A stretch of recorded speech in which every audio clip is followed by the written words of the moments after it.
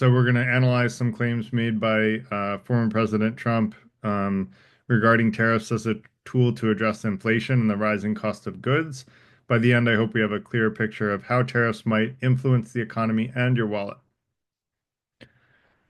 So, introduction to tariffs. Let's talk about the basics. A tariff is basically a tax on imports. So, this is where Trump is actually increasing taxes. You'll see who ends up paying for those taxes later on in the presentation. If you haven't guessed yet, you'll see the answer.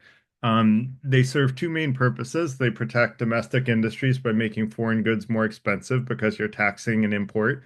And so that foreign good becomes more expensive in the US after the tax. And it also generates revenue for the government. So someone mentioned that he said this is how we're going to pay off the debt. It does generate revenue in the short term by creating a tax income, but we'll talk. I think I get into a little bit more about that. I don't know if I got into that claim or not. We'll see. And if we haven't, by the end, we'll do some fact checking and uh, all right, so I know that someone that joins that says Zoom technical support is a Zoom bomber, so that person just got removed proactively. Um, so uh,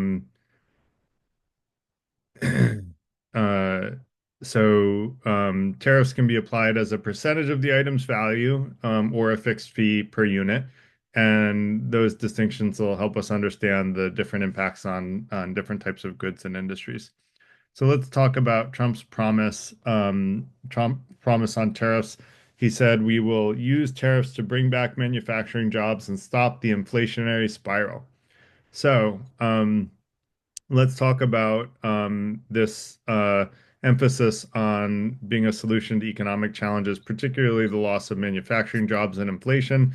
His administration argued basically that tariffs would discourage reliance on foreign imports and stimulate domestic production, reducing costs over time. We're going to explore whether or not these claims hold up to economic scrutiny.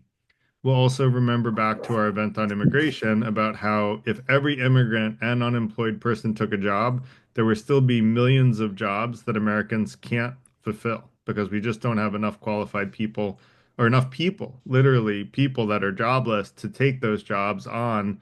So the problem isn't a lack of jobs at all, it's a lack of people trained to do the jobs that American businesses want.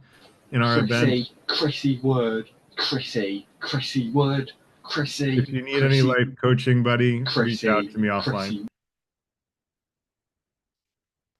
So, let me go back to where I was. The Zoom bombers are in full gear tonight, apparently.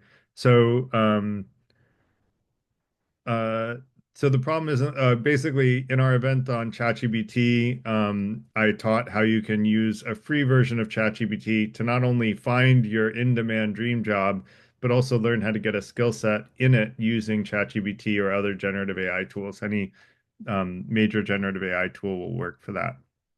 So for those who missed that and are curious about how to do that, check back the recordings. We put everything up on YouTube.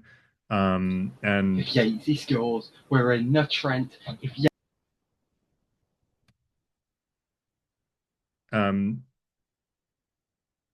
Carl, can you keep an eye out for the Yeah, yeah, thanks? yeah, yeah. I was just gonna say, don't even bother saying reach out to you for a one-on-one or whatever. I know you're trying to Yeah. be nice, but Just no, just as just soon as focus they on the start thing. doing I'll it, try just get rid to, of them.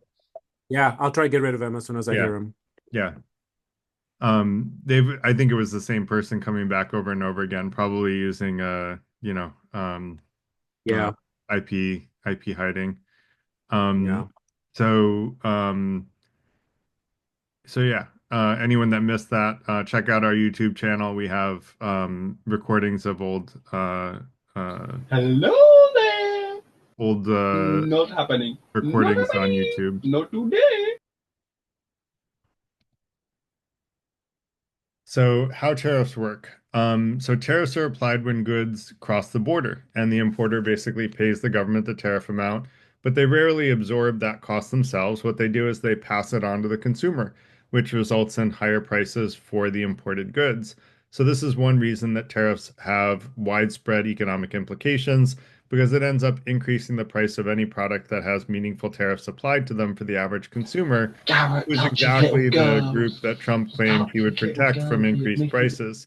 So, you can see who's paying the tab for the increased prices is it's the end consumer. Um, so Trump doesn't mind raising taxes on the end consumer, which is the average American who's paying for the goods that are under being having tariffs applied to them. All right, so I don't know who that is. Garrett, can we interrupt you or comment or So you thanks want for to? asking, Marika. Please write down your questions for the end because Okay, most people have asked for no uh, problem. people to wait. I don't know why that's going black. Someone must have exploits. There's someone using hacking going on. So we'll have to report this to. I'm hacking all your devices. All of them are getting hacked. I've got all your Can we details. just put like whoever doesn't show their face, just boot them out? Well, we can't Well, do Because that, this but what I is can do is put on the if they're not going to prove themselves, then there is an yeah, ulterior but motive. but there are a lot of people that don't like to show their faces. Oh, yeah, point Um, taken. Okay. not yeah, only that, but I think it seems like the way it's happening, it seems like there's got to be some kind of programming going on where they just change their name, like it's automatic, it seems. Yeah, G, I agree with you, G. It's incredibly fast. Like they just come in with a fake name, they're in, they do whatever the recording is, and then Didn't you lock the room? But yeah, yeah, but the that's you what only I'm know, doing. is to Garrett, post but accept or not accept any members, but I that's something to I look at. I added a waiting room, so I'm not gonna, Mhm. Carl, you can look at the waiting room and see if it Okay. makes sense to add someone. The settings are set that people can't change their names, so they should not be able to change their names. See Um, someone on the whiteboard again. yeah, so I don't understand how they can turn on the whiteboard when I have whiteboard off. So it's definitely some sort of exploit, so we'll have to It's a report that. blackboard right now, isn't it? Weird. We'll have to report that. Garrett, I noticed I'm that just I gonna can change make an my name. educated guess and get rid of the guy from the UK, because I suspect not to. But Garrett, let's I see if that noticed that I fixes it. can change my name still. Yeah, you Mm. should. You wait. You can change your name. Yeah. That's because I you're a suspect co-host. too, Garrett. You're a co-host, Ginny. Yeah. Garrett, I suspected too. Okay, not just Yeah. me, right? No, no, Because not just you, a lot of buddy. meetings I go to, I cannot change my name, but Yeah, this meeting I can Ginny, I change it. made you a co-host, so if I take away co-host, you will not be able to change your name anymore. Yeah, now I can't. Yeah. Yeah. Okay. Uh, Jade is saying that I can access. Yeah, see the whiteboard is accessible by anyone, including non-hosts, according to Jade. Yeah, you can use the Zoom. I just put a link in here that you can use the Zoom support list, and then you just go down each of the settings one by one and make sure they're turned off. I don't have anything turned on, but chat, unmute themselves, start video, that's it. Nothing else is checked. It's Is that from the yeah. administrator? Is that from your administrator I council, or am is the that just administrator, yes. So Garrett, let me propose something. Can you do your presentation by just looking at your slides and keep I us? think it'll be fine, guys. I think the guy from the UK was the cause, so let's just keep going and you Okay. know, let's not let the terrorists drive terror into us. Let's just keep moving forward. So the primary goal of tariffs is to protect domestic industries by making imported goods more expensive. And so we do need to figure out who it is that's doing it. Um,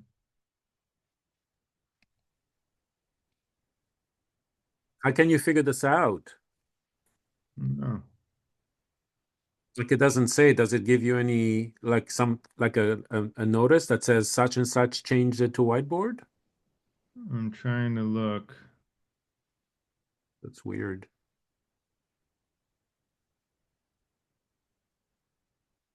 Okay, Carrie just came in, I can admit. Yeah, the problem is that we have to really know who the people are before we admit them. And We know unfortunately, Carrie. because it's an open meeting, I don't know. Like, I don't know Lori. Do you know Lori? I don't know someone named Lori. Yeah. So I feel weird because I don't know if they're legit or not. So quick question. Do you have share whiteboard on in terms of the features? Because if you do, under allow all participants, then people are going to be able to take advantage of the whiteboard. So How you do I should, turn that off?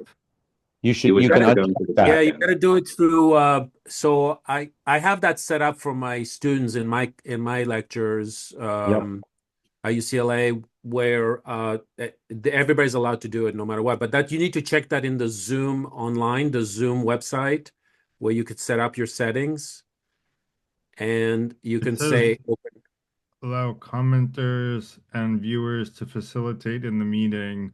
By disabling this setting, only the host, board owners, and editors can facilitate whiteboards. So maybe that's it. yeah. Yeah. So I'll put the link in, like an example from a university, which I'm sure is the same one Carl used or similar one from Arizona, University of Arizona. So you can just follow literally all the steps in there. They show each of the screens. You just have to click on. The settings, I think I got it. I mean, I went to the whiteboard settings and I A disabled thing it. you could consider, like with a friend or something. Try doing it right now. Try sharing the whiteboard and see if you can. Yep, it's host disabled participant screen sharing, so it came up that way, which is good. The Jade chat. Watkins was able to put the whiteboard, so that's interesting. So what I would recommend maybe a different time is with some other friend of yours, just have like try to really go through every feature and block every single thing and just validate that person can't, almost like have a friend act as like a fake Zoom bomber, just you and them, and just drill through and make sure Yeah, you have all the Zoom controls changed set. settings because we've done this before for like 3 years and I've never had this problem. So I Zoom, can. I have a friend who runs another group. She does a crossing party lines. It's Lisa Swallow, and she's trained her organization to handle Zoom bombers too. I can get her to put y'all in oh, you know contact. what? It's not something I can change. While the meeting's going. Yeah, okay, now Yeah. I can do this. I can make it host only, Okay. allow participants to share the whiteboard, and I can make it host only. Um, let's see if that fixes it. Can anyone try to share the whiteboard again and see if it lets you? No, Oh, doesn't let me. oh wait. Except Now for I the co-host. The co-host should not try it because we will Yeah, no co-hosts. no co-hosts. Hey Garrett, I was just able to start something when I clicked white. Oh, it's gone now. Never mind. There's Okay. Ellie Lang here. Is she related to you, Garrett? Yes. Oh, okay. something's coming up for me when I try it, Garrett. Okay, I think we're good now. I made a Okay, settings change. I need to change yeah, the yeah. defaults. No, Okay, never mind. It went back. You're good now. Well, no, Jade just was able to write. oh, Oh, So maybe have Jade log out and log back in, and then you just accept him back in and see if his permissions, maybe he had an administrative permissions beforehand. Oh, here, share whiteboards, allow all participants to. It was under a different set of settings than host tools, which is not where it normally was. Yep. there we Yeah, go. because they upgraded their whiteboard functionality in the last 60 days or whatever. And I so have criticized the Zoom product managers, and I will do it again. That was an idiotic change to make the default. Like, just doesn't make any sense. They have better politicians than they have product managers. Sorry, I just violated my own be polite rule, but it was towards the Zoom product people. So, but it's wasted a lot of our time, and it was just a bad product decision. It's not anything more than that. Hey Garrett, the Yeah. whiteboard is not allowing me now, but I can share now for some reason, or I'm about to. I didn't want to, but Hmm. Yeah, So I can share now yeah, also. So now I I think got what rid of happened. share. Oh, there Wow, it is. It's this is gone. like ridiculous. That was not set before.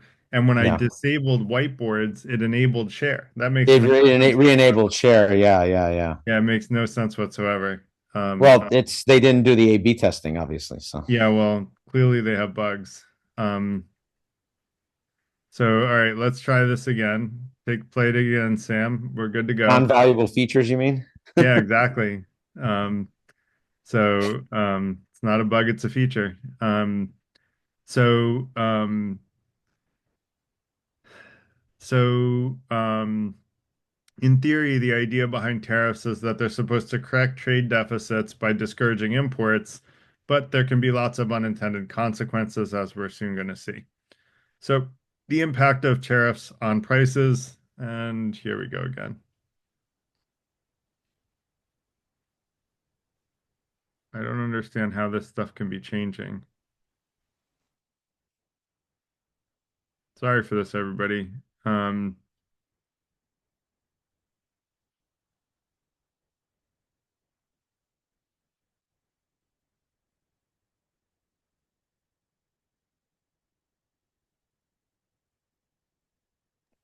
You could lock the meeting and then just unlock us when you're done. well, locking the meeting isn't the problem. Someone in here is the one doing it, and I No, can't. what I mean is that you can lock us from showing our video, showing our chat, just basically lock us out while you just present. So at least you could present.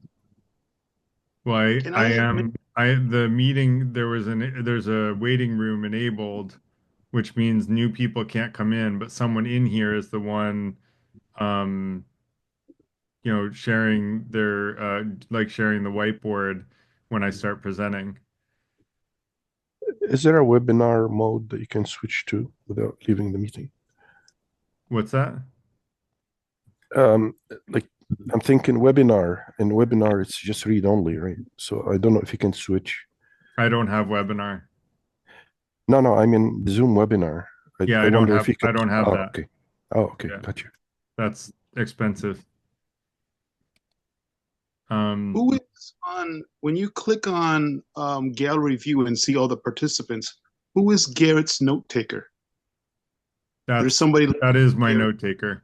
Oh, never mind. Sorry. Yeah. I thought that's an odd name. No, that's my note taker. It's I'm assuming it's an AI transcriber. Well, we're almost done with the slides, so we're just going to go through it and let's see. If Carl, if you have the ability to, all right, let me just share the deck and you guys can go through and I'll say when I'm switching the slides because this person is persistently a jerk that has no life. Oh, yeah, no, So, that's a great idea. Just share the deck. We so can all this is the download it. deck. Yeah. I'm on the impact of tariffs on prices, and you guys Take can go to that slide and follow along with me. I'll tell you when I switch slides. take a sip So, of wine. Take a sip of wine, Garrett. but that's a good idea, Mary. I'm going to do that. Hey, sometimes the demos don't go well, so it's okay. We just all work it together. Yeah. So I appreciate everyone's patience. Um, so it's a good example of how it's easier to cause harm than it is to actually be productive. And obviously, these people don't know how to be productive very well, so they like to cause harm. So I have a saying which is, being an unhappy person and trying to take happy people and make them unhappy is like being out at sea in a ship that's sinking and trying to take the floating ship next to you and sinking it rather than trying to just move over to the floating ship. I own Learn, this. Cool. learn how Just people are own it for happy. 27 minutes. Easy. So you get the idea. Rather than Tony actually being a happy person, he decided to try to make happy people unhappy when he's really miserable himself, I'm sure. So um, I hope that he finds wisdom. He will eventually, whether in this life or the next, or a future one. So so even domestically produced goods can see price increases as demand shifts and production costs rise. Ultimately, consumers bear the burden of the higher prices. So I'm going to the next slide. and this is the case study on Trump's steel and aluminum tariffs. So Trump's steel and aluminum tariffs are a great real-world example. While they aim to revive U.S. metal industries, the tariffs increased costs for manufacturers reliant on these materials, and so there was a ripple effect that led to higher prices on everyday goods like cars and home appliances, affecting consumers and businesses alike. Next slide. So now I'm going to talk about the impact of those steel and aluminum tariffs. Yes, there were job gains. The tariffs created about 1,000 jobs in steel production by shielding the industry from foreign competition, a modest but targeted improvement. Um, the next thing was there were job losses, which were far more significant. Industries like automotive and appliance manufacturing, which rely heavily on steel and aluminum, faced higher material costs, and those increased expenses led to an estimated 75,000 job losses in these downstream sectors. So net, instead of gaining jobs, we lost 74,000 jobs. Dun dun dun. But Berlin alive. Dun dun dun. Thank you. And as a result, the net effect was a 1.4% reduction in manufacturing employment overall. While the tariffs protected specific industries, the broader economic impact was overall negative.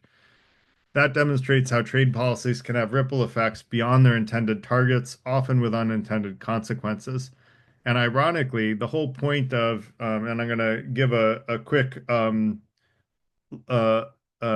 sort of foray into why lobbyists exist in the first place. The whole reason that there are lobbyists in the first place is to help government understand the business impacts of government decisions. Now, that's not what lobbying is typically used for these days, but that's why it was originally created as a trade. It was to help government make better decisions so as not to have unintended negative consequences on business. As you can see, the lobbyists were asleep at the wheel when all of this was going on. So actually, they weren't asleep at the wheel. They were just focused on making the people they were lobbying for more money rather than actually helping the government understand the impact of what they were going to do. So next slide, economic consequences of tariffs. So there are both positive and negative effects, as we talked about. They can safeguard jobs in Guys, it has targeted been an industries, absolute honour to troll you all. I wish you all a lovely day. Thank you and goodbye. and encourage local production. We had a lot of Zoom bombers. It was the At persistent least group of it Brits. looks like at least he ejected himself. So He did. But the problem is that then he theoretically could come back, but I think we've locked the meeting, so we have a waiting room, so he can't. So um I would say they're pretty PGG rated relative to how bad they can be. So that is well, these sort guys of were the an most upside. persistent ones I've ever had since starting the FTI, actually. I've never had Zoom bombers last quite this long.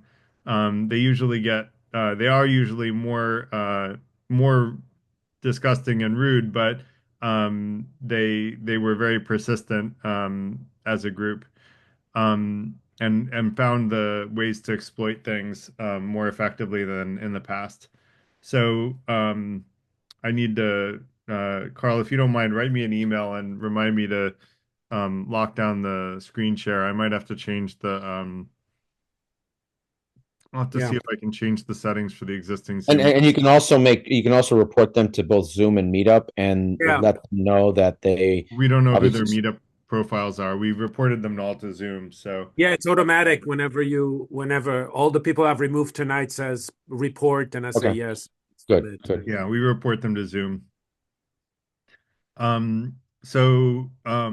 But then the other thing to remember is that while it can safeguard jobs in targeted industries and encourage local production, it also invites retaliatory tariffs on trade partners, which hurt export markets and contribute to inflation by raising the cost of goods. So while Trump was saying he was going to use tariffs to prevent the cost of inflation, if he had actually taken and passed an economics class, he would know that tariffs actually increase the cost of goods, not reduce them. So he had it backwards. Balancing these factors is a key challenge. So next slide, when are tariffs useful? They are useful when they're trying to protect developing industries or those considered strategic for national security. So for example, renewable energy sectors or defense related sectors are often needed to buffer international competition, to build capacity and ensure self-sufficiency. In these cases, tariffs can help domestic industries grow without being undercut by cheaper foreign imports. When are they not useful? Well, tariffs are much less effective or even counterproductive in consumer-driven industries like those dependent on highly integrated supply chains like steel and aluminum. For instance, sectors like electronics and automotive manufacturing supply chains span multiple countries, and tariffs can disrupt the flow of components, and that increases production costs, which is ultimately results in increased prices for consumers. So, for example, well, I already covered that stuff. Um, so the distinctions are really important to when you're crafting tariff policies that benefit the economy without the unintended consequences, like we saw during the last Trump administration. We'll see whether or not he's learned from his mistakes there. I don't think he's admitted that they were mistakes, so I highly doubt that he's learned from them. I like to say smart people learn from their own mistakes and wise people learn from other people's mistakes. I'm not sure Trump is doing either one of those, to be honest, although I hope he starts soon. Next slide. Will tariffs stop inflation? One of Trump's key arguments with tariffs is that it was going to curb inflation. So as I talked about, including labor costs and supply chain disruptions, but actually by increasing production costs, tariffs actually contribute to inflation instead of reducing it. Economists know this. Tariffs are a double-edged sword. Next slide. Garrett, I'm sorry, can you slow down a little bit? Because I think because you are reading, you go a little bit fast. I am actually going so fast that I'm at the last slide. So I apologize, Slow Marika. down, please. ¿Hablas español, Marika? Yep. I was trying to guess if that was your accent. I hope you don't mind my checking. I don't mind. Me encanta el español. I speak with my kids in Spanish, as some people who have been here before know. Basically, to conclude, tariffs are powerful but controversial tool in economic policy. While they can protect certain industries, they also lead to higher prices and complex trade relationships. And are the costs worth it? Can tariffs really address inflation? Let's open the floor. Let's discuss. And now we open it up to questions, comments, concerns, whatever people want to talk about, as long as it's about tariffs. And then if we run out of conversation about tariffs, we can move on to other stuff, as we have done in the past. So, Oops. Mike. Yo, hey, first want to start off this discussion with a compliment to Garrett, because that was fantastic, short, concise intro. This is my first time participating, and I thought I had to be a poli-sci major. Jacob, I'm sorry to interrupt you, but we do hands raised when we do the conversation portion. So yeah, just because we have a large group, so just do the digital hand raise, and then we'll definitely get to you. I also want to give a quick rules of the road for sorry, my hand raised. Sorry. You know how to do the digital hand raise, Jacob? Yeah, sorry about that. My apologies. It's all good. So when you have your hand raised, we limit comments or questions to one comment or question at a time, and limit the length of that comment or question to 2 or 3 minutes. If you want to respond to what someone just said, or a comment or question that someone just mentioned, you're welcome to actually just speak up after they present their comment or question, and then you can just keep those comments or those responses to less than 20 seconds so that we can keep the conversation moving. And just feel free to speak up when the person is finished talking. So with that said, Mike H had his hand up first. So go ahead, Mike H. Thanks, Garrett.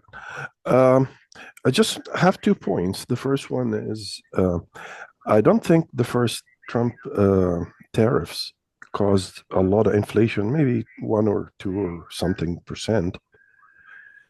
And then Biden did not actually reduce it. In fact, he actually increased some of it. And that did not cause inflation. What caused inflation is a monetary phenomenon. So it means there is a lot of money in the pool. That's why prices keep rising. Tariffs maybe will bump up the price, 2, 3, 4, 5%, and that's it. Well, 5% increase in prices is higher than the U.S. Sure. inflation average over the last 50 years on its own. And that's just a 5% inflation from tariffs that you're talking about. let alone the other 3% that's happening naturally by an increased money supply. So you're right, Mike. There are multiple factors that play into inflation. I didn't go into, tonight's topic was on tariffs, not on inflation. It was on how tariffs impact inflation. So all I talked about is tariffs impact on inflation, and they do increase inflation. Do you agree with that? Slightly one time. Yes, I do agree. If you don't agree with it, help me understand how an increased tariff would not increase inflation. It would increase it slightly once, but Well, it if you pay depends on how much attention, the tariff is, right? Like if the right, right. tariffs increase domestic prices of something in inflate of like all products as part of the CPI basket by 10%, then it increases inflation by 10%. It just depends on how much tariff you add to what things that are in the CPI basket, right? But it's a stable price increase. So when he did the first tariffs, I went to Home Depot and the shovels and the garden equipment that I wanted to buy were like maybe $1 or $2 more. That's it. It wasn't increasing every month like the inflation we had during the Biden admin, and we're having now, by the way. But the second point I wanted to make is why do you differentiate between tariffs and a country border? Why do you need a border then if you're not going to protect people inside it? I don't And I'm understand. against borders, by the way. What's that? I don't believe in borders, but the reason we have them is so you can offer protection and services to people within that border, whether US or other countries, right? So it's his job to protect industries inside that border. So whatever Biden or Trump or whoever wants to protect an industry so it doesn't like go away, it's like Biden just rejected the bid for that iron company, a steel company from a Japanese company. I don't know, I forget the names now. So Biden did the same thing, right? He blocked a Japanese company from buying a steel company in the US. It's his job, as I see it, to protect people within that border. Anyway, I'm done with my 2 points. Thanks. Yeah, I mean, I would say that the purpose of borders might be to protect people within the borders, but that's one way of looking at it. That's kind of a nationalist way of looking at it. The other way of looking at it is helping people within the borders thrive as well as people outside of the borders thrive. And that's the way that I look at it, quite frankly, is I don't want to just see Americans be successful. If you look at what the CIA has done over the last 70 years, we've displaced democracies across the world and we've put in place totalitarian governments to replace democracies on a regular basis. I don't think that even though that served America's interests, that that was the right thing to do. Like, yes, it was done in the name of protecting Americans, but at what cost? We did it at the cost of sacrificing democracy in free and fair countries that could be great trading partners.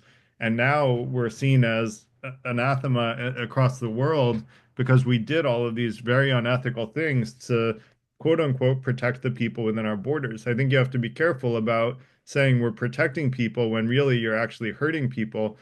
And tariffs actually hurt everybody. It's actually Republicans that were advocates of free trade for decades, and I always agreed with them that free trade makes sense. In fact, I taught middle schoolers why free trade made sense, and they got it. Now they got candies and chocolates because I taught one table about how they produced chocolate and another one how they produced candy and how they could trade with each other. And free trade actually creates more economic benefit for everybody. So protectionism doesn't really protect the people that we think that it's protecting. Um, You're assuming everybody else is good, or I don't want to say it, but as good as us and has good faith. But most of the actors outside don't have good faith and they take advantage. Wait a minute, Right? are you saying the democratically elected governments that we displaced didn't have good faith? No, but I mean, I don't want to mention countries by name, but some countries took a very, very good advantage. They were very smart about it to take advantage of the US almost destroyed a lot of industries here. And I've seen that firsthand here and in Canada. So by undercutting prices, by subsidizing their own Do industries. me a favor, Mike, reach out to me about those scenarios and let's have another event on that specifically and we'll check Absolutely. into the data. maybe you and I can co-host, and we might be able to present different perspectives on the topic if we do end up with different perspectives on the topic, which we might.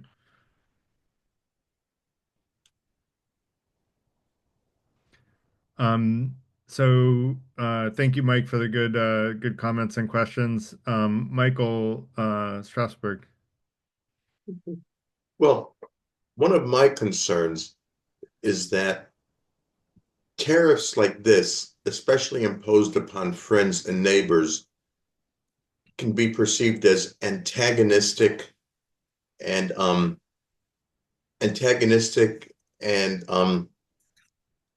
having enmity. And I think it causes bad relationships, bad blood between nations. And for that reason, well, that's one of the problems I have with it. I don't see Canada and Mexico, especially with NAFTA, as needing tariffs against them. Actually, in order to justify the steel tariffs against Canada, Trump had to make the argument that Canada was a security threat against the United States. Mm-hmm. So for the Canadians in the room, I'm curious what you think about that. Does Canada really is Canada planning to invade the United States in any way? Is there a security threat that we're unaware of? Because I haven't noticed any threatening saber rattling from Canada. I haven't noticed troop buildups on the border, none of that stuff. So I don't see how you can claim that Canada was a security threat. And I don't know why anyone let Trump make that claim to put those tariffs in place. It should have been illegal to put those tariffs in place in the first place. But thank you, Michael, for your comment. And Abe, go ahead. Hi, Garrett. Quite a naive question. Sure. Whose idea was this tariffs? I mean, if you talk to an economist, I mean, a basic economist would tell you that, tariffs are a bad idea. Once you start down this road, there's going to be a trade war. Who knows where it's going to end? I mean, and then, once you open this Pandora's box, once you get into this trade war, it's very difficult to stop it. I mean, it's going to take every country is going to start this tariffs, and you're going to start imposing tariffs, and I don't know where it's going to end. I don't think it's from an economist perspective. Whose idea was this trade war and this tariffs? So the good news is, Abe, I don't think it's as terrible to end as you might think. And all it requires is like a free trade agreement that everybody opts into, and the people who opt into it will be more economically successful, and the people who opt out are going to be the ones that are punished.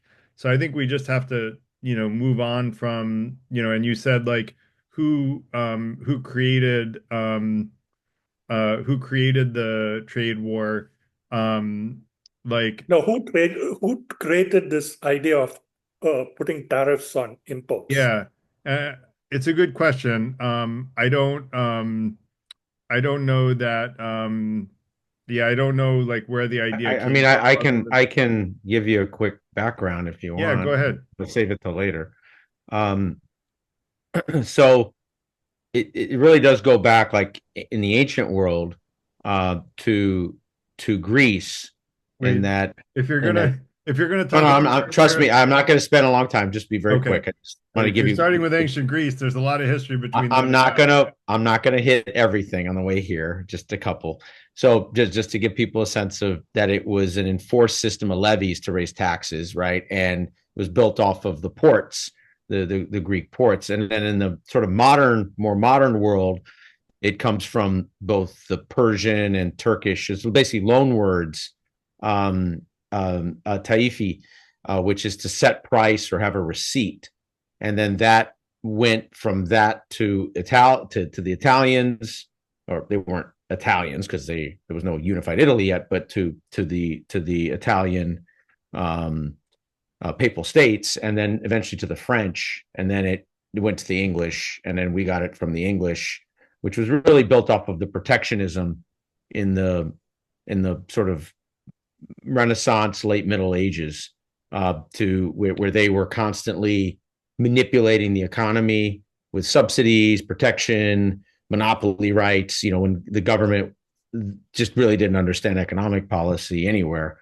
So that's where it sort of comes from, and then it just evolved into the modern era as the last 200 to 300 years, as the powerful nation states, the Europeans primarily, but then obviously other states in the world use them as part of their foreign policy levers to manipulate either each other or to create agreements, to force an agreement, right? To make like a forcing function to put pressure on a state to get to some, framework or agreement that they wanted, especially if that state was dependent on something that the other state was selling to them. So that's kind of the basic, kind of quick history of it. So I remember this from I did a slightly go ahead. different answer, Aaron, which is Peter Navarro and Wilbur Ross. Peter Navarro was the director of White House and Trade and Manufacturing Policy during the Trump administration. He's a protectionist economist that thinks that reducing trade deficits through tariffs is a viable strategy. Wilbur Ross thinks the same thing. He was the Secretary of Commerce under Trump. So those are the people that I think gave Trump the idea of tariffs, which I think was what the question was getting at, although I could be mistaken. But at least now we've both answered historical where tariffs came from and then modern in the Trump administration where they came from. And also for anyone that's old enough, if you remember Ross Perot and Pat Buchanan, so the tariff mindset has been around politics, both on the left and the right, really going back the last century and a half, in modern American politics. And Aaron, by the way, your hand came down because you spoke. I'm sorry. Sorry. No, I just wanted you to know because I often don't notice when my hand is up, that when it goes down and because I talk. So Marika, toca a ti. Yes, I think the why they talk about tariffs now is because it's a great propaganda for Trump, saying that he's protecting the workers. But I mean, let's be frank. You go to a store and everything that you buy is made in China. And why you buy things that are made in China? Sometimes because they're better and sometimes because they're more affordable. So you can pay for that. So if we put tariffs, those prices will go up. And the American companies or the companies here will jack the prices up too because they don't have competition. So it's not that the prices will go up for sure. Most of the people will be paying. And I think the whole talking about that is the idea that, okay, the tariffs of things from the outside will not come. And then this is not 1960s. This is 2020, 2025, and it's a different time. I mean, the American companies, and they will hire workers, but the low wages the workers have, and I mean, how long that the $15 minimum wage, and it's a fight, and is that's possible because everything is so cheap because come from outside. Once that they have tariffs, the prices will go up, the competition will be out, so American companies will raise the prices, and we will paying the taxes. It's not that, people with a lot of money who can afford to pay whatever they want. That's it. That was exactly my conclusion when I did the research for tonight's presentation, Marika. Same page. Carrie, go ahead.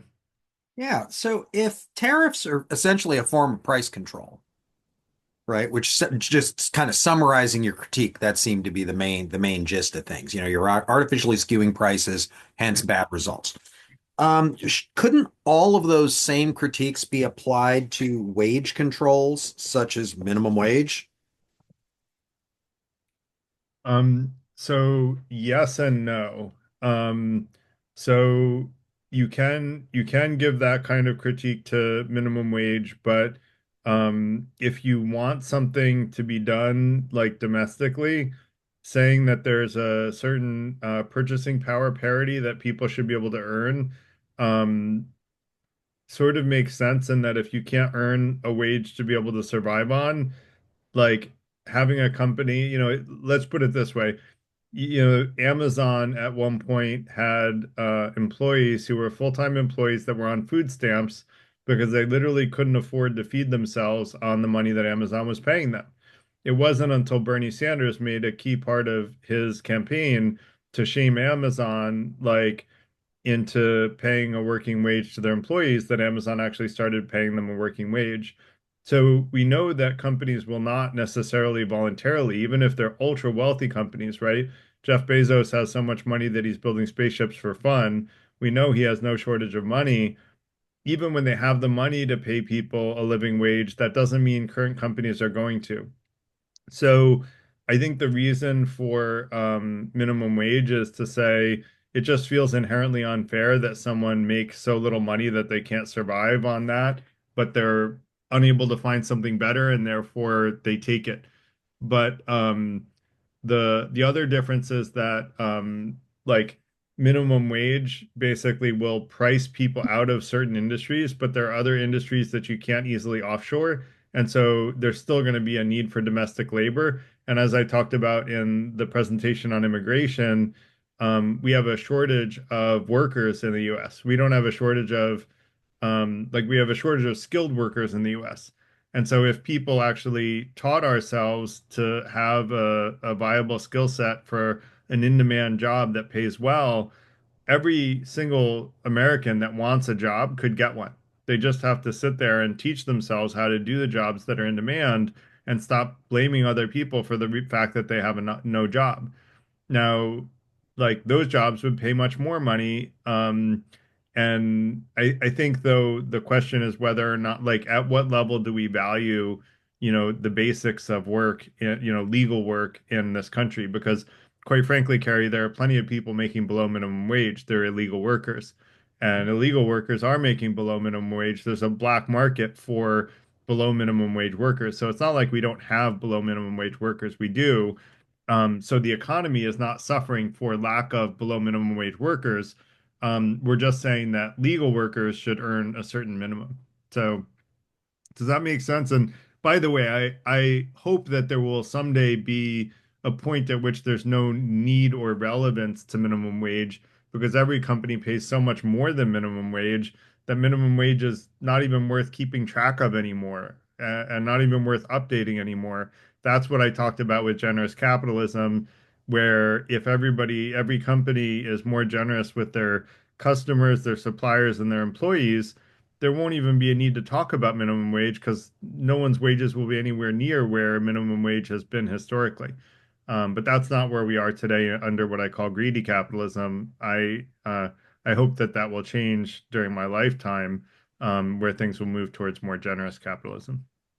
Correct, but you're asking for the impossible. I mean, if you're more generous, you are lost in competition. No, it's the other way around, Marika. So you should watch our event on generous capitalism. I don't want to go into it in more detail, but Okay. Marika, I've asked hundreds of people, would you rather do business with a generous company or a greedy one? And no one has said the greedy one. And the generous company is giving a better product for a lower price and just taking less corporate profit. And that is very much doable when other companies are taking all the corporate profit for themselves. And so you can undercut the competition by being more generous and be more competitive in the free markets. That So that's sounds what I'm more like a proposing. cooperative more than anything else, right? So that's the next step after generous capitalist. But yeah. But yeah, Philip, thanks for your comment, Marika. And I think you would like the presentation on generous capitalism, Marika, and if you're, I Okay, don't know. we'll check. Yeah. So it's actually on YouTube. I know that one's on YouTube. Not all of our past videos are, but they're going up hopefully more frequently now. I have a new person posting the videos, so they should be going up more quickly. Philip, go ahead. What I'm interested in is the policy of the US, maybe for since the 70s, ever since the US has a trade deficit. Michael Hudson described the US as engaging in something called super imperialism, where it kind of takes in the goods and services of the rest of the planet, while at the same time pushing out the dollar in the form of debt, right? And that's been the kind of the policy of the U.S. for last maybe since the 70s.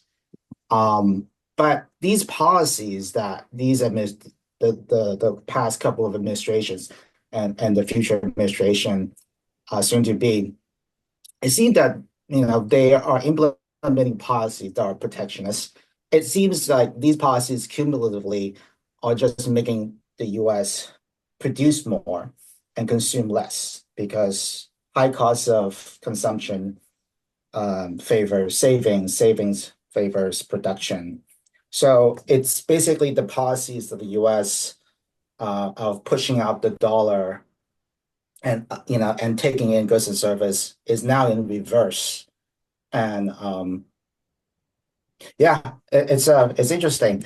I would imagine that it would lead to a higher cost of borrowing for the U.S. government, because like if you think about it, like a lot of the Western economies in the U.S., for the last 50 years is kind of specializing themselves into a consumption-based economy.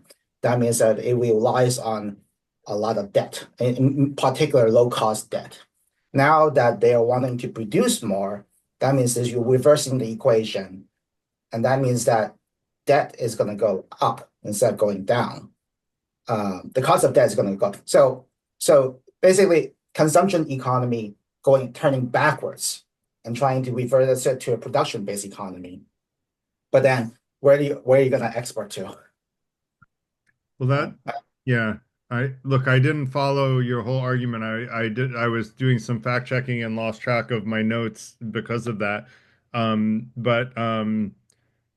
So whenever, let's just basic from first principle, right? If I'm trading with you, I give you goods and service, you give me money, right? Yep. And take the United States as a single person. The U.S. imports goods and service from the rest of the world. Right. What does the rest of the world get? They get U.S. debt. And when the foreigners buy U.S. debt, they lower the cost of, Alexa, stop. They lower the cost of borrowing, which makes the cost of borrowing even less. That allows the U.S. to be even better at consuming, because the cost of you're basically borrowing money to consume, right? Yeah, but that's a limited, there's a limited time at which, period at which you could do that, because our debt is getting so big that it becomes unmanageable at some point. It's not a permanent solution. Like, to be a consumerist economy, you ultimately do have to produce, and the US does produce a lot. We have a lot of great technologies that we've built. And we do a lot of innovating. The US is one of the one of the more innovative countries. You don't think so? I think that if you look at a lot of U.S. import a lot of the best people from the rest of the world. You look at the university graduate schools, they are mostly foreigners. Right? Americans are just really shitty at education. Look at the PISA scores. I'm just giving you the facts and data. America is importing. So whether or not it's from immigrants or from citizens is not my point. My point is that the U.S. is number 3 in terms of most innovative countries. The U.S. is very good at attracting the best talent from around the world. I agree with you. Some of us are U.S. citizens that are innovators, and I've been an innovator my whole career. So some of us buck the trend. But I will say I was a minority in my computer science classes. So, I'm not a minority in most of the places that I've been, but in my CS classes, I was a minority. So, yeah. But again, the question is, like, what is the status of the dollar in a world where the United States want to produce more? Because if you're producing more,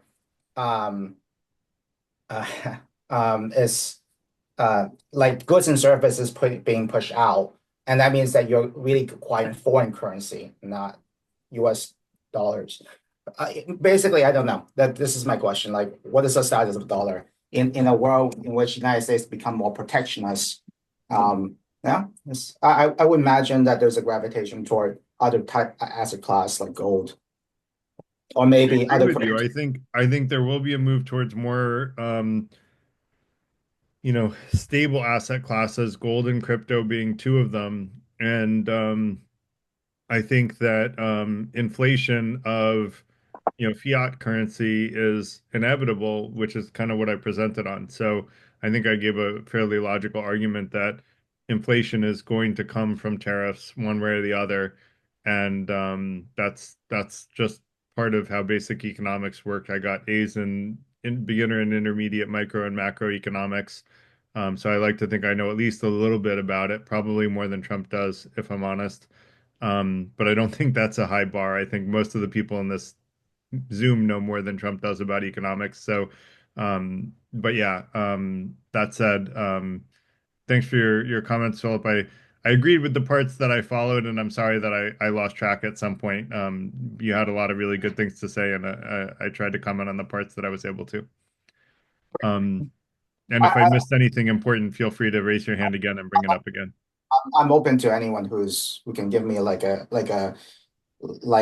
their perspective when it comes to the shift, the protectionist shift in the U.S. and what is the status of the dollar, because this is a major policy change from a major deviation from what the U.S. have been doing for the last since they detached the dollar from the gold or something. Yeah. Yeah. If anyone else wants to go, feel free to jump in. Otherwise, I'll. Yeah. I think Philip and you, Garrett, touch a very important point that production. I think production really went up to the Zoom. I mean, in the last 30 years, we are much more productive, and we should be not consuming more because we consume too much. I mean, if every country consumes what the United States consumes, I mean, we will need 10 planets to be able to use that.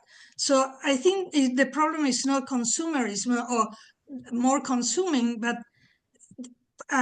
we should be working less hours. We should be, and I think the low wages are because we're producing much more and people are working more. They're working longer. They go home and they're still on the phone answering the, whatever work they are. So this is totally insane. I mean, we should be working less. We should be paying more. And, putting tariffs on top of that, the people who suffers more will be paying more. Well, I mean, a lot of how U.S. Foreign policy go about it is that like the status of the dollar allow the U.S. to import goods and services from the rest of the world and also assets from the rest of the world, right? And at the same time, that wealth doesn't come to the U.S. and spread evenly among the Americans. They really concentrate to the elites. I actually wrote an article.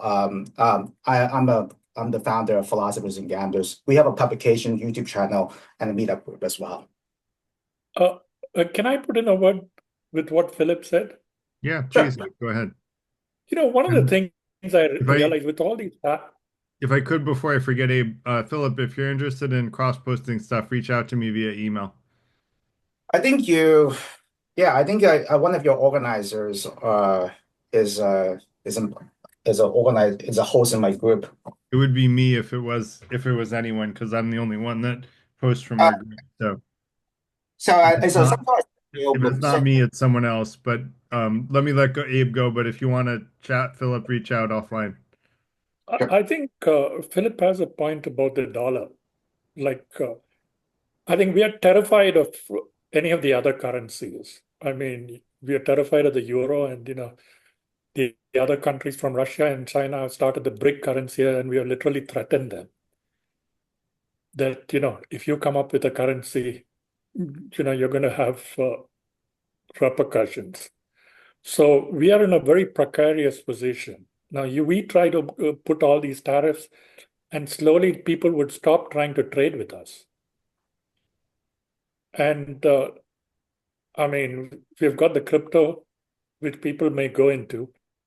We've got the BRIC currency, which they're working on. We've got the euro to work on. All these people are going to come up. All these currencies are going to come up.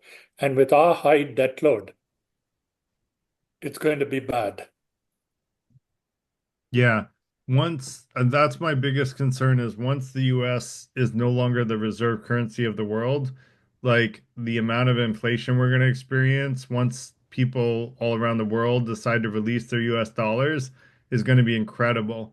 So just be prepared for, as that starts to chip away, try to buy some sustainable assets, things like property, real estate, gold, crypto, things that are stable assets that can't be inflated. And those are going to be the safest place to put your money in that situation.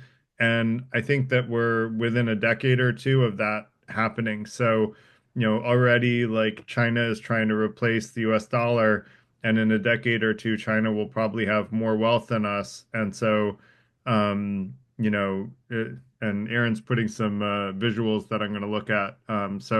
But for now, let me let Carrie go next. All right, thanks. Yeah, well, I mean, the petrodollar is already in bad shape, which is worth considering. But so my point that I wanted to make is, if war is a continuation of politics, or politics is a continuation of war, I think it goes both ways. It seems like there are two ways you can view tariffs. Either as like a kind of a steady state thing as a method of economic policy, right? It's just like, I think there should be tariffs. Tariffs are a good thing. We implement them and we keep them.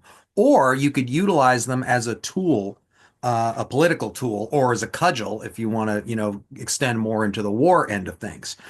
And currently, I mean, most countries have tariffs on US goods right now, right? I mean, the EU has tariffs on US goods. China has tariffs on US goods. Hell, even Canada does. I want to say the tariffs on dairy products are like more than 200%. So why isn't it legitimate in the same sense that war can be to say, rather than just say, all right, as a steady state economic theory, I'm going to use tariffs to like support the government, kind of like we used to way back, pre 1800s. But just say, if you're going to have tariffs on us, we're going to impose tariffs on you. It becomes economic warfare. And the idea is that, yes, we will endure some pain, just like we do in warfare, but that the payoff will be a better future for our interests. When you say the payoff will be a future for the better in our interest, what do you mean? Well, what I mean is, if, let's say, all right, in the case of Canada, Canada imposes huge tariffs on things like cheese, right? Mhm. Well, that hurts American dairy producers. So we say, you know what, screw you, Canada. We're going to impose tariffs of, these incredibly oppressive tariffs, which hurt the US, as you rightfully said, but it also really hurts Canada. And it brings them to the bargaining table, and then we can work out a trade agreement where maybe all of these tariffs are reduced down to, de minimis levels, hopefully. Yeah, I would like to see a future where that happens, where tariffs are reduced in all areas other than those of national security. And I hope that eventually we get to a point, and this is going way into the future, but I hope eventually we get to a point where we don't need to feel like tariffs are required for national security. Like something that, I've seen, there are a lot of food subsidies. And when I researched why there are so many farming subsidies in the US, it's because we want to protect the ability to produce food so that other countries won't, stop importing food to the US and starve our population to death. Well, what are we doing that's so bad that we think other people are going to have to starve us to death? And then you read a little Noam Chomsky and you'll realize, oh, we're doing a lot of really bad stuff that other people may well want to starve us to death because we've starved them to death and we've put in place terrorist governments in place of their very peaceful democratically elected government. So, I think we need to start doing better things and showing that we can lead by example as being a bastion of freedom that we claim to be, and show that we can actually walk the walk, not just talk the talk. And if we can do both for a long enough time and build up trust, I think we could be a leader in the world for the good of all. And I'd like to see that happen. I don't think we're headed in that direction right now. And I'd like to see that change. So, I was going to say, from your lips to God's ears, man. yeah, I know, right? So, Aaron, I'm sorry that it took so long to get to you. I know your hand kept going down and I couldn't keep track of where you were, so I apologize for that. I normally try to do that, but it's been a tough night. So, yeah, but I would love to Yeah, hear what you have to say. that's no problem. I mean, I'm going to take an opposite side that I think most probably wouldn't agree with. So, the U.S. is the global reserve currency. It's 60% of all reserves. There's almost 12 trillion in reserves. It's only increased in terms of notional amount in the last 20 years. It's come down from 70% to 60%. But there's for a whole host of reasons, the U.S. dollar is structural, primarily the global banking system, and that it provides a stable source of value when there are crises. So whenever there's a crisis in the world, there is a massive shift, and you can see it. Anyone who follows Bloomberg, they can see what happens in global debt markets. There becomes a big shift to flight to quality, and the acquisition of U.S. Treasuries tends to be the highest priority. And so that shift to Treasuries has never shown any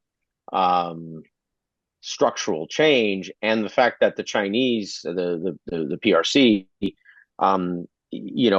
refuses structurally. I think it was a catastrophic error about 25 years ago that they did not start what I would call a incredibly snail, slow-moving conversion process.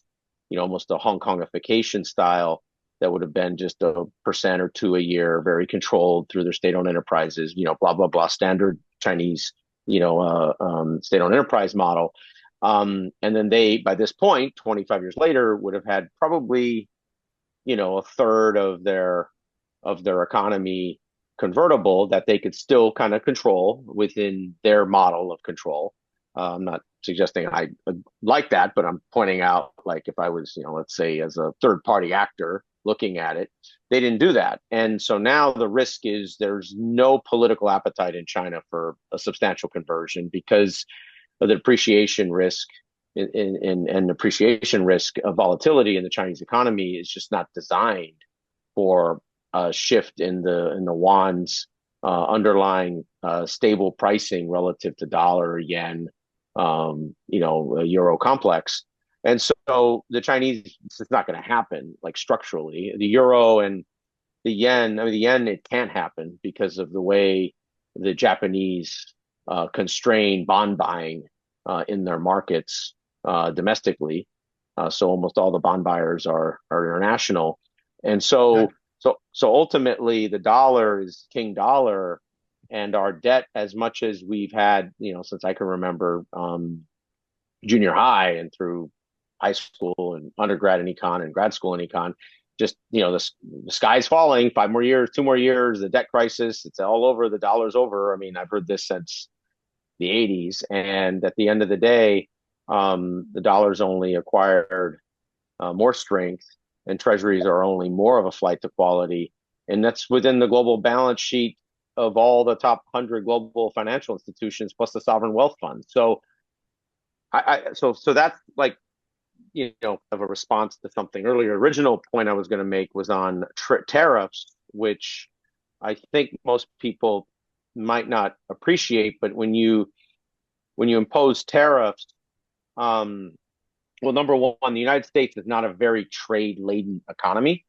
When you X out Mexico and Canada, our trade with outside states, which is basically Asia and Europe, is about 7-ish% of GDP, let's say about 8% of GDP. So we've never really been a heavy trade exposed economy, really almost all our history.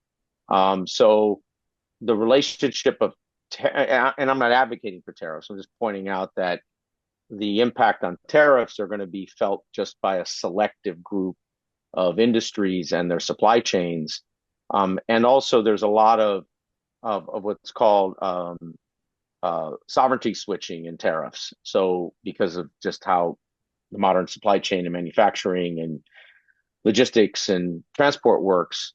So if, let's say we impose tariffs on China, we don't impose them on Vietnam, you're going to have a lot more sovereignty switching to Vietnam. And then let's say some are imposed there and not in Mexico as much, then the same thing happens. And so there becomes this sort of arbitrage whack-a-mole, which tends to have a reduction in the impact of tariffs and the enforcement behind it.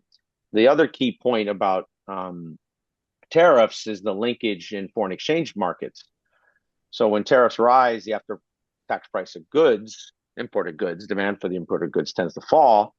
And that lower demand for foreign goods means lower demand for that currency, which makes the dollar stronger as a result, actually. And then the reverse is true from that country if they have a much heavier trade dependency on the US. So that tends to cancel out a lot of the tariff, and that's independent of hedging, right? So you're going to see an explosion in financial engineering products, which people might have an issue with, I get, but that's not going to prevent it from happening around the world to be able to hedge against the currency risk and the trade risk. And you'll have a whole new universe of swaps constructed for those. So I think we might feel the vibes of this as this should be terrible, and the media and the news engine will probably pump it out. But ultimately, its impact, I think, is going to be fairly limited, primarily because the raw material, I mean, if you really have tariffs on heavy raw materials, which you tend not to have a lot of tariffs on, you'll have a much higher impact because those are large inputs. But as you move up the supply chain into intermediate goods and then into finished goods, you tend to have more sovereignty swapping.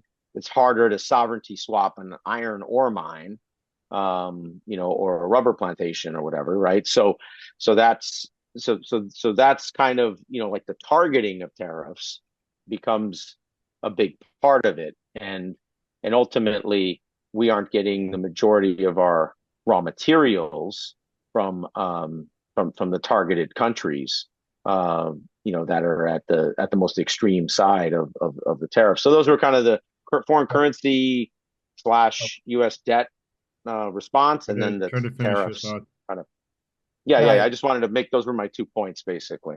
Can I respond? Yeah, go ahead. So as I understand what the money is, ultimately what money is money is a unit of trade. You have a good that I want, and I have a $10, and I'm willing to want your good. We trade $10. I give you $10, you give me your good and service, right? That's money serves that function. But the other two function of money is less known, which is the store of value. Like, do I want to save my money in dollars? Maybe I have some other asset class that I want to save too. That's number one. The second is the unit of savings, i.e. debt. So I think as the US, for the last 4 or 5 decades is in this kind of perpetual trade deficit, is pushing out debt. And that's kind of a savings for the rest of the world. It's a unit of savings for a lot of governments. So because of that, I don't think that US dollar would be easily dethroned. All right, but it's just a slowly, gradually moving away from the dollar or from the US, trading with the US, because I'm not in a position where I say that the dollar is gonna be no more, the US is gonna collapse. I think that it's gonna be a slow, gradual transition away from the US as the US is gonna decouple from China. Yeah, I'm not saying that it's going to go away in the next 5 years, that the reserve currency is going to go in the next 5 years. I'm saying 10 to 20 years is my estimate, but that I think, will eventually be displaced. And there are already sort of cracks in the armor of the U.S. reserve currency. But I think it was Israel was starting to talk about going to RMB as the reserve currency. And they're, a huge U.S. ally. So to have Israel start to talk about changing their reserve currency from USD to RMB is a big deal. Pretty sure it was Israel, and I could be wrong. If someone, feel free to fact check me if I'm wrong. But Aaron, you said the impact of tariffs will be felt by a selective group of people. My understanding is that selective group of industries. Right.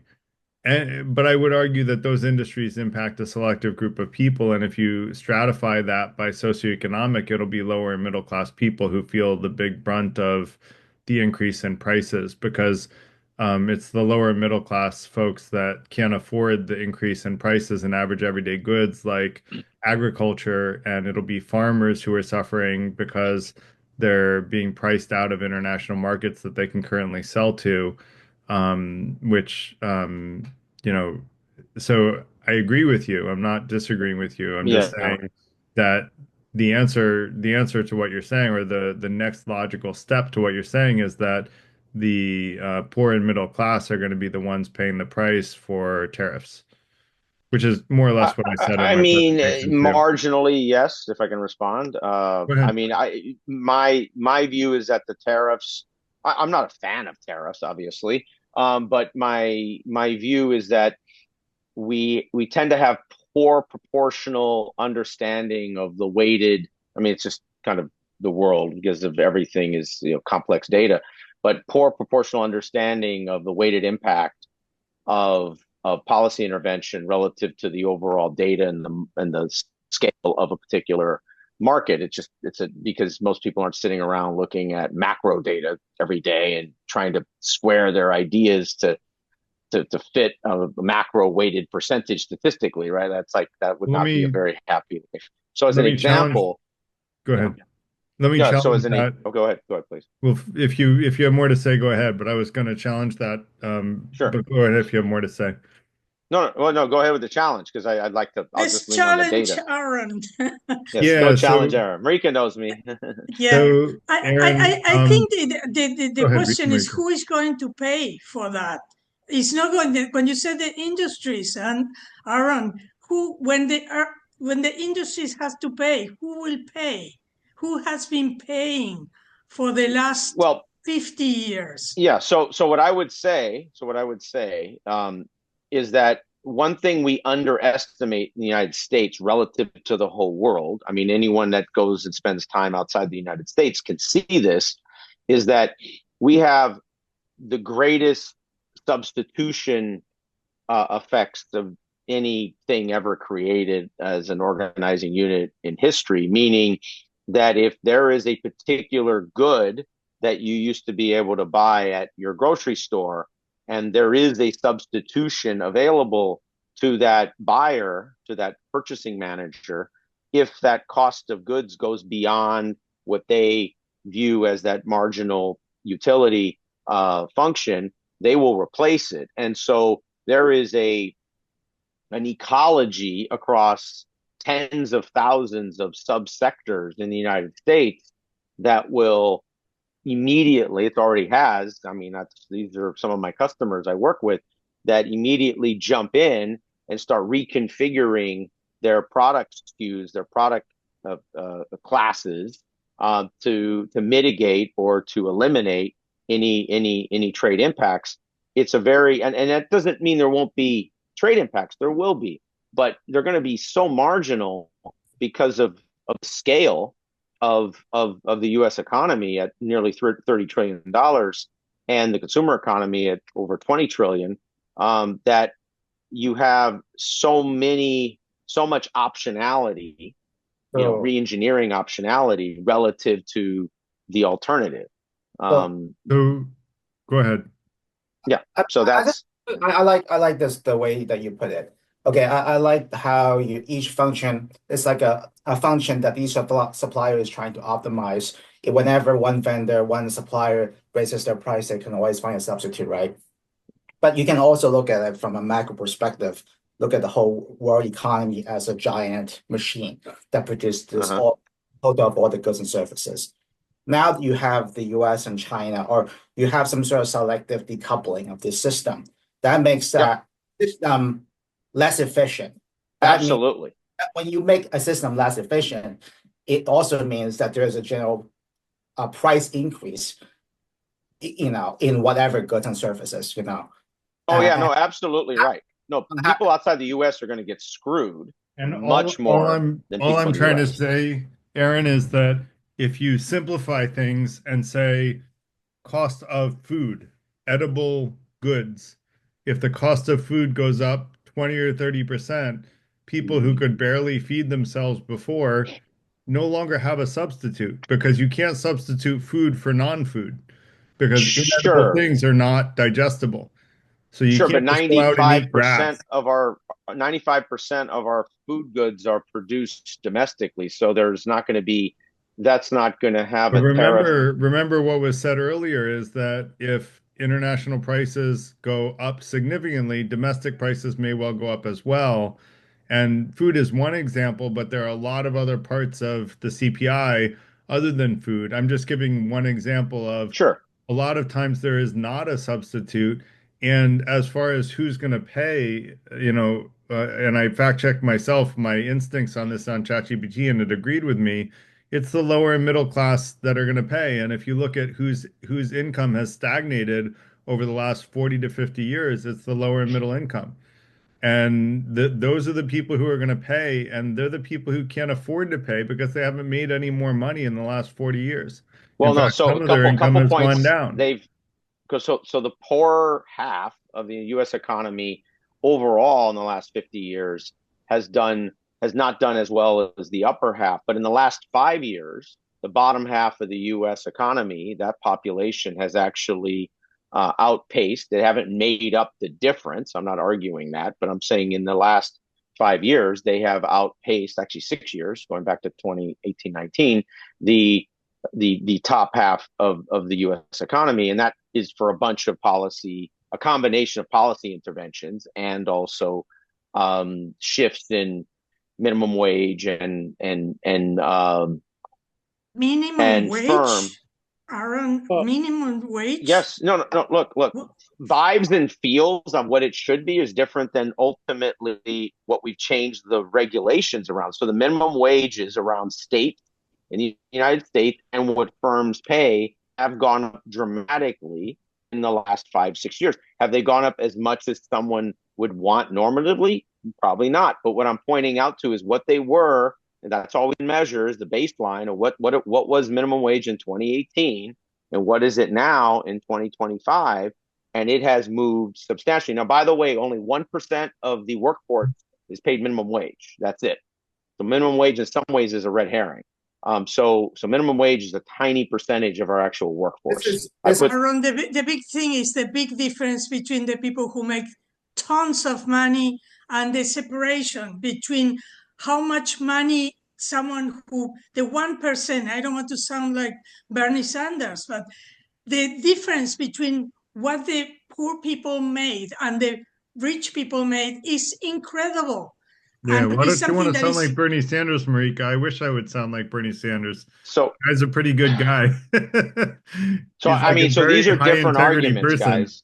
These are different arguments. So minimum wage is different than what the top, let's say, 20% make and the resources they have. That's very different. And the percentage of population in the United States, working population, I have the link in there from BLS, is 1% of the workforce makes minimum wage. Now, when you look at the percentage of workforce that makes, and this is really the key, who makes minimum wage, like that's how they measure it, the labor economists, who makes minimum wage with a standard deviation 0.2, 0.5, 0.7, blah, blah, blah. You move up, and that's where you start getting the population connected to minimum wage times 1, times 2, times 3. You get to $24 an hour, $36 an hour, et cetera. Then you start to see that distribution of the bottom half to 2/3 of the pay scale, right? So there's really fair arguments there that population hasn't tracked, obviously, as much as,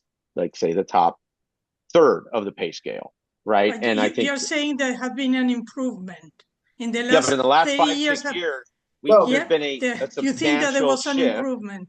a big shift, actually. But here's the thing. Here's the one thing I because the last 5 years, because of the Biden administration, there's a huge amount of deficit spending that goes into these new, they want to, the U.S. want to have this new policy shift, right? Which is U.S.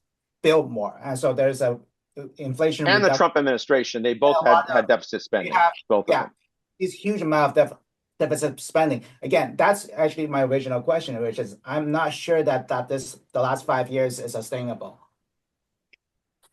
So I think that's a very fair critique. I think the test case is when we have these tariffs or some form of tariffs, I think it's going to be more talk than it is going to be reality, primarily because the impacts on the tariffs are going to be much larger felt outside the United States. And those states are more likely to want to negotiate a, we'll say, whether it's an end or a more favorable outcome, and you'll get more agreements. You'll get a lot of lose-lose, win-wins kind of out there just to put it to bed. Why do you think that the impact of tariffs will be felt more outside the US? Oh, it's going to be dramatically outside because of the capital investment, right? So when you look at FDI, right? So foreign direct investment, right? So when FDI, so think of, so there's two ways you get FDI in a country. You get your own, or there's two ways of investment. You get internal investment, right? That's coming from savings, and it's also coming from invested capital goods. And then you get foreign direct investment, right? That's coming from generally like through the banking system. It's transmitted through the banking system, and it's investors outside the United States, or outside the country, whether it's a sovereign investor, a sovereign wealth fund, or it's individual investors or funds or companies, right? Those are the two kind of channels that a state gets. So when you have, the U.S. is already growing GDP wise higher, it's in the upper quartile around the world at this point, or maybe pentile in terms of top, 10 to 20%, the fastest growing in the world, and many other places are slowed down or neutral. And so tariffs, so a tariff exchange going on between countries will obviously dampen growth even more outside the United States. And what's going to happen is there'll be a flight to quality, because there's going to be a reduction in growth, and that's going to put pressure on public debt from those countries, that they're going to have to jack up their rates, and that's good, and that's going to generate a higher risk quotient for those states, right? More states are going to drop to double B minus, etc. The U.S. will be paying its debt and its treasuries, and consequently, you're going to flight to quality. We've seen this every single time there's a risk out there. Can I ask a quick question? Why is it that tariffs don't affect us? Like you were talking about, take for example, raw materials. We are planning to have tariffs on things like steel. Right. I thought I made a pretty good argument, Aaron. Tell me where I lost you, where I said if you import something coming into the country, the price on those things in the country, which currently are the cheapest of that type of good, are going up. Therefore, the price that people in the US are paying is going up, and therefore it hurts the average US consumer. Now, maybe your argument is it hurts foreign countries more, but I don't care about that. What I care about is it helping the US consumer? And I don't think it is. I think it's increasing prices for US consumers. So I think what's important to understand is that and I think this is a big deal, most people, I think, overestimate dramatically how much we actually import into the United States, right? We are not a major importer outside of consumer goods and consumer electronics. And when you X out Mexico and Canada, which are part of a free trade agreement, USMCA, and we can argue Mexico, Canada separately, because I think it requires you to look at trade. We have tariffs from Canada. Yeah, but it's tariffs so from look. Canada that I just talked there's about. We had to say Canada was 300,000 a security threat to make them. But Garrett, there's 300,000 goods categories. We don't have tariffs across 300,000 goods categories. I'm not claiming that we do. I'm just saying we do have tariffs even from there. But there's individual tariffs going on all the time around the world. But the point is what's the weighted percentage of that good, right? So when you look at the amount of steel we consume, how much of that steel is imported outside of Canada and the US coming from, let's say, tariff at risk economies, and that percentage is small, especially as you look across all the imported raw material goods relative to the raw material demand that we have. And when you say that the US doesn't import much, we import $112 billion more than we export. We Sure, import but our economy's $289 billion. 330 trillion a year. Our What's that? economy's a $30 trillion a year economy. So that that delta is small relative to the 30 trillion, right? Like you got to look at it's not just like you have to look at the denominator and the numerator, right? It's not just the raw number. What do we import and what do we export, Aaron? I don't understand. We import already saying 289 billion and we export 177 billion. But Aaron's point is that our economy is very large and the percentage of our economy that is reliant on imports is not that high, which is a fair point. And if you look at it, I gave you you could bring it up on the screen or everyone can click on it. I guess there's no more Zoom bombers, but there's a good site called Trading Economics, and it breaks down. You can do a zillion different combinations of searches. It breaks down imports by category. This is kind of curious, but how much of the U.S. economy would you say is actually capital investment, where one company invests in plants or anything productive that generate goods and services, or versus one person acquiring an asset of some sort of financial asset of another person, and then because of that, these inflated financial asset prices, the economy see that and say, oh, the U.S. economy is bigger because of there's this exchange of financial asset between two parties. I would say five. Let me let you finish answering that. But Aaron, you go ahead and answer that, Aaron, and then I do want to let Kay Davis ask the question. Yeah. Bring other people We've been in. going on this for a while, and I want to let Kay speak as well. So Aaron, just answer quickly, 20 seconds, and then we'll go on. So the U.S. has about $1 trillion, close to $1 trillion in what you would call R&D, right? Which would be investment in that, which is capital goods driven R&D investment, which is a combination of public sector investment, which is the things like NIH and DARPAs and pharma investment and in your tech investment, et cetera. And that's classified as sort of the broad bucket of R&D. Now, investment, because of our economy, those financial goods that you've equated to sort of bubblicious gum, for those of you old enough that used to. It's just like your U.S. economy is just buying debt. The main export of U.S. is debt. American consumer debt is humongous. We package those debts to a type of asset. No. So one last quick point, Garrett. So I put a link in here from Reuters. I think I did. I didn't know. Yeah, I did. It's about at 823. So the whole world has 320 trillion in debt. The U.S. has about 50-ish trillion of that. So we have about 15% of the world's debt, and we obviously have a very strong currency, relatively speaking, as reserve currency, and we're about 30% of the world's GDP. So we're actually not in some kind of crazy imbalance relative to the whole world's debt picture. And also the instruments that we have debt in are even a lower risk, right? So example being the combination of federal treasuries and U.S. mortgages, right, which is the majority of our debt that we have in the United States, is basically home mortgages and treasuries. And then there's some corporate debts, right, which are also there, but that's not massive. Can we just hear from Kay and then please, sorry, back to the discussion. It's very easy to have a discussion that could go on for hours. Sorry about that. Sorry. Okay, no worries. Kay, go ahead. So it's all right. I am very ignorant of this entire topic, so you guys are providing much more than I could. And I'm kind of glad you guys went because it answered a lot of my questions.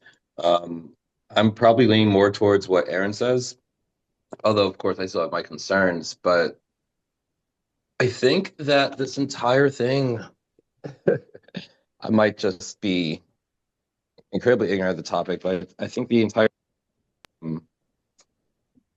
it might be a little overblown. I think, again, we're just taking Trump a little bit too literally, a little too seriously, and I feel like the tariffs are more of a business bargaining chip then they would be considered actual economic policy. Like, I believe this is part of his way to actually, he does mean what he says. He wants to protect American jobs and protect American interests. I do believe he wants to instill like a kind of domestic feel and vibe, if you will, to buy domestic, produce domestic. Is that so? Is the production and growth internally that far off, do you feel? Because what I've been seeing, because a good side of this I could see is strengthening relationships with Africa. Many African nations, the entire continent, I would love. Seeing as how a lot, the last time I was here, God, it was sometime last year, probably September. I brought up that much of our electronics, our cell phones, our laptops, our computers, the EV vehicles, the evil vehicles, that's what I call them. They're evil. Come directly from mines in Africa because they have a certain number of elements you can only find in Africa, which is why China keeps always pushing their partnerships in Africa. The tariffs, I do feel, will have a big effect on the manufacturing industry, only because there's so many moving parts and you almost always have to move through China or Taiwan. And the sovereignty, which was brought up earlier, that is worrisome, but I do feel it is more of a radical move to kind of sway folks to find different ways in what we've been doing. There's always been tariffs. There's been this inflation. It's just, I do feel that there's this kind of inflated reaction to this when the last, and nothing about the last 4 or 5 years. I don't know how y'all been feeling. I've been feeling it. And to be scared that price is going to go up even more where I am, I'm like, well, you might as well, because I make nothing. It's rough out there. I do imagine that a lot of people do have better jobs than I do in this chat. I do wonder if, that is it just because it's Trump saying it, or if it was Biden doing this, would this be different? I feel this is more of a personality thing than actual economic, like reacting to the economic implications of it. Yeah, that's kind of where I'm coming from. So, when you say that you think that it's just a bargaining chip, one of the things that I noticed, Aaron, that I actually just learned from Aaron in this chat, in this conversation, is that imports are actually only 1% of our economy. So why would tariffs even have a significant impact on our economy at all? Why even bother with tariffs? You know, That would be the exact point. It's to hurt China, and it's really well, to scare. how does it hurt China so much if it's such a small part of our economy? Like it's not, It's it's just like part of our overall economy. we're not even the biggest exporter of China. Like China No, exports more to other people than it does to us. yeah, exactly. Like, we are way more of an importer of China-made things. No, no, what I'm saying, I don't think you heard what I said. Like we're not the biggest importer of Chinese goods. We're Okay, not. okay. Yeah, I mean, I think this is thermostatic politics. We feel good in this sort of revenge world, or not we here, obviously, but for the people of the we who The like royal Trump revenge, we. or just global, you know, type vibe people who roll that way right now, which I think there's a license to be that way right now for a million reasons, that it feels like we're in this vengeance, and we believe we can take vengeance out on change of the world of the last 20, 30 years, whatever that means to people. And I think that's what a lot of it is. And then we'll be on to the next topic of vengeance in 6 months, and it'll be something else. But it's going to have effects. It's going to Oh, have yeah, no, they always do. I Sure. mean, yeah. when you say all these things, I mean, generally the rest, because when you go around the world, they hate us for Yeah. what we stand for.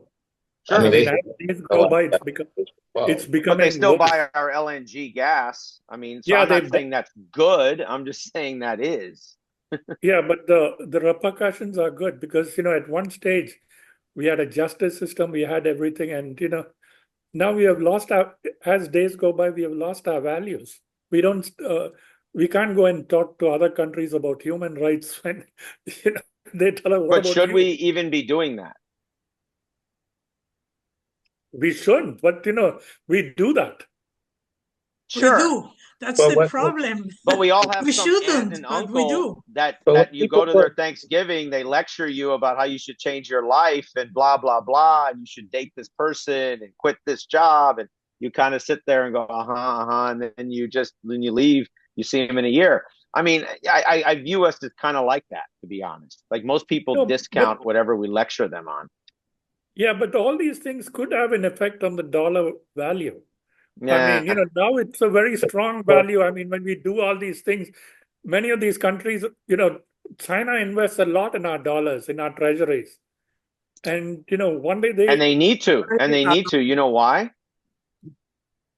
Because they trade with other countries, and because they don't convert their yuan, they use they basically free ride. I'm not saying this is a bad thing, because it's a good thing, but they free ride on this agility of the dollar to be this this inner financial system transaction mechanism. So if they sell something to Vietnam and one of their companies or a state-owned enterprise in China sells something to a subsidiary in Vietnam, then they will use dollars or yen, most of the time dollars, for that transaction. And then when that Vietnamese company sells it to Mexico, let's say, they'll do a combination of the peso and maybe dollar swap on that, and then they'll sell it here to the U.S. and that'll be another dollar peso swap.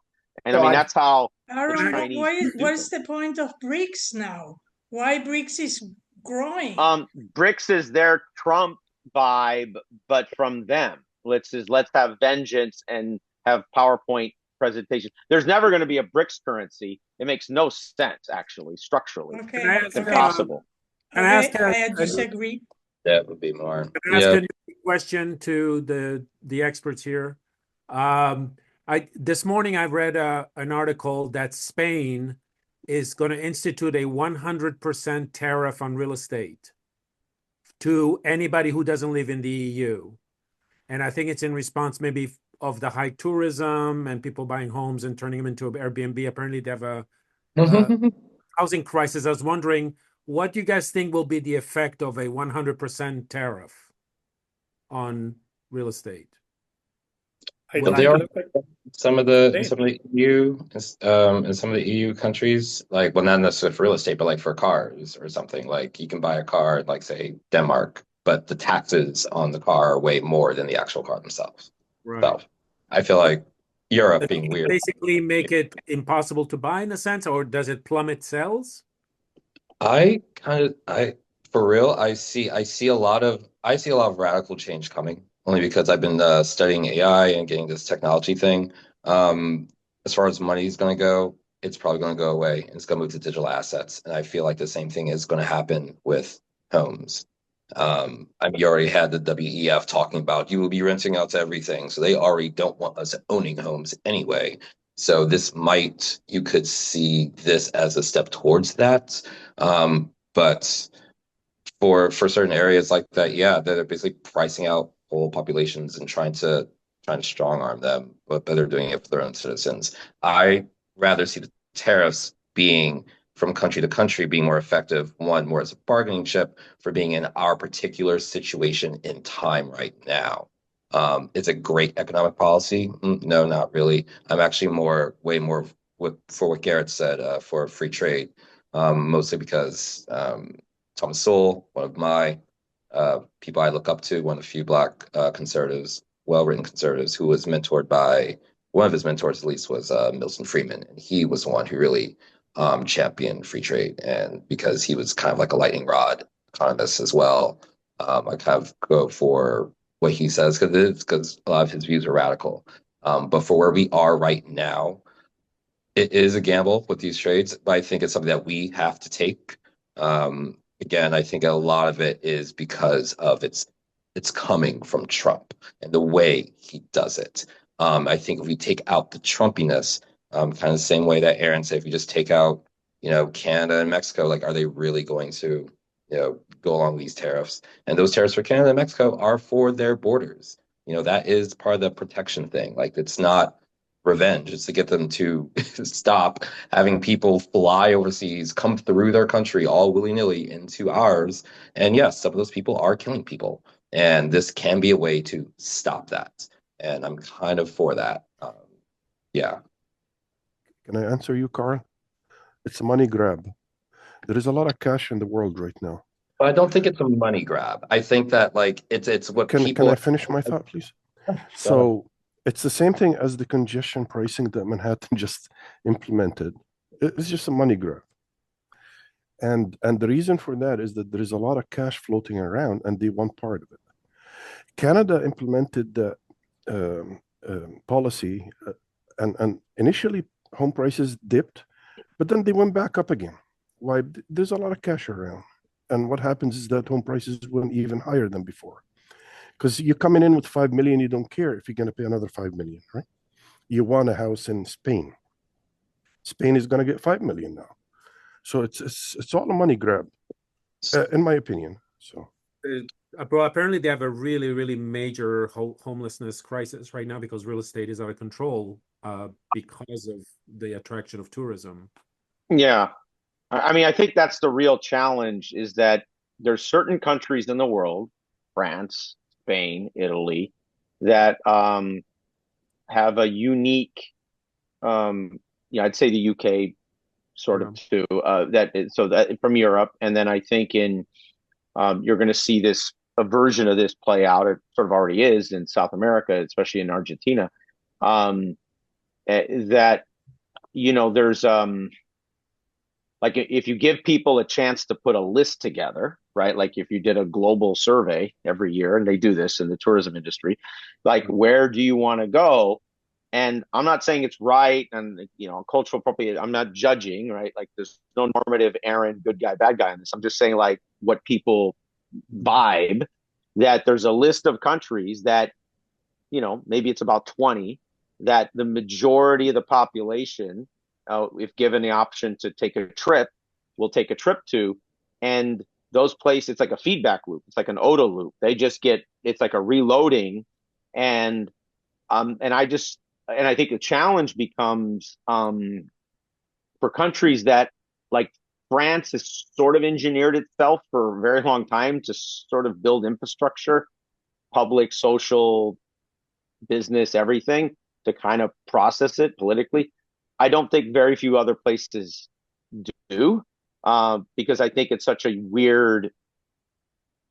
weird supranational kind of challenge. It's like because you're basically saying obviously the smaller business classes benefit in those major cities, because of the tourism. Some of the workers benefit because obviously the demand, chunk of them do, and there's a tax benefit. So there's a set of incentives from especially those cities that they get, but then all the externalities that come from it, from the actual people who live there, kind of blast into them, right? And at a certain point, you get some breaking stage, like you see it in Barcelona and now Valencia and other cities that used to be, I work for a big IT